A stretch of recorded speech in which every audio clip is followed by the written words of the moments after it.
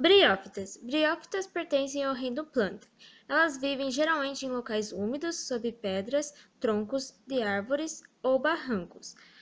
São formadas pelos musgos, pelas hepáticas e pelos antóceros.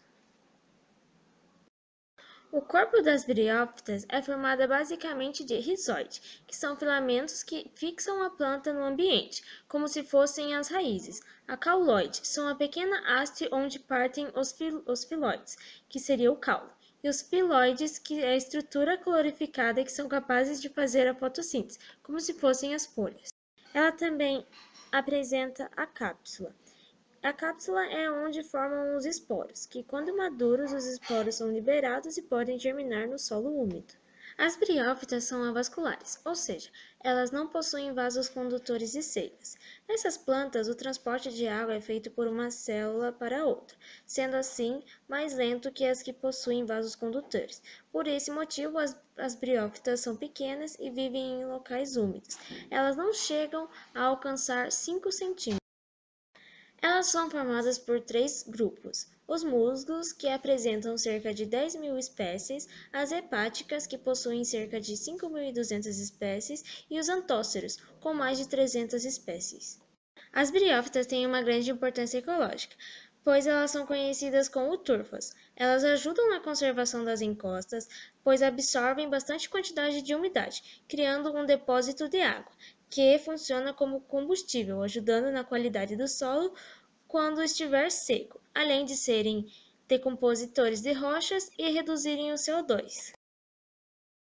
Na sua importância econômica, podemos destacar que ela é utilizada para fragrância e sabores, reguladores de crescimento de plantas, substâncias antitumoriais, citotóxicas e antibióticos, e alguns musgos, eles acumulam alguns comprimidos que servem de combustível. Existem duas formas de reprodução, a assexuada e a sexuada. A assexuada ocorre por meio da fragmentação do corpo, em que cada fragmento origina os novos gametófitos, e a sexuada, esse tipo de reprodução depende da presença da água e ocorre por alterações de gerações, em um ciclo aplonte-diplonte. Nesse ciclo, os organismos haploides N, produtores de gametas, apresentam-se alternâncias com os diploides 2N, produtores de esporos, também chamados de esporófitos. Esses esporos, após serem expelidos na cápsula, são dispersos pela água, pelo vento ou pelos animais. Pteridófitas. As pteridófitas pertencem ao reino Plantae. São vasculares, pois possuem vasos condutores de seivas, e também podem viver em ambientes aquáticos. A sua estrutura corporal é formada por caule, raiz e folha. O caule é a estrutura que sustenta as folhas e faz transporte da seiva, através dos tecidos condutores da planta. Em muitas samambaias, ele cresce subterrâneo ou paralelo à superfície do solo, sendo chamado de rizoma, como está mostrando na imagem. As folhas são chamadas de folíolos e na parte inferior apresentam pequenos grãos chamados soros, que contêm esporos. São vasculares, pois possuem vasos condutores de seivas. Elas não possuem sementes, então são chamadas de criptogramas. Habitam ambientes úmidos, alguns conseguem ficar em lugares secos.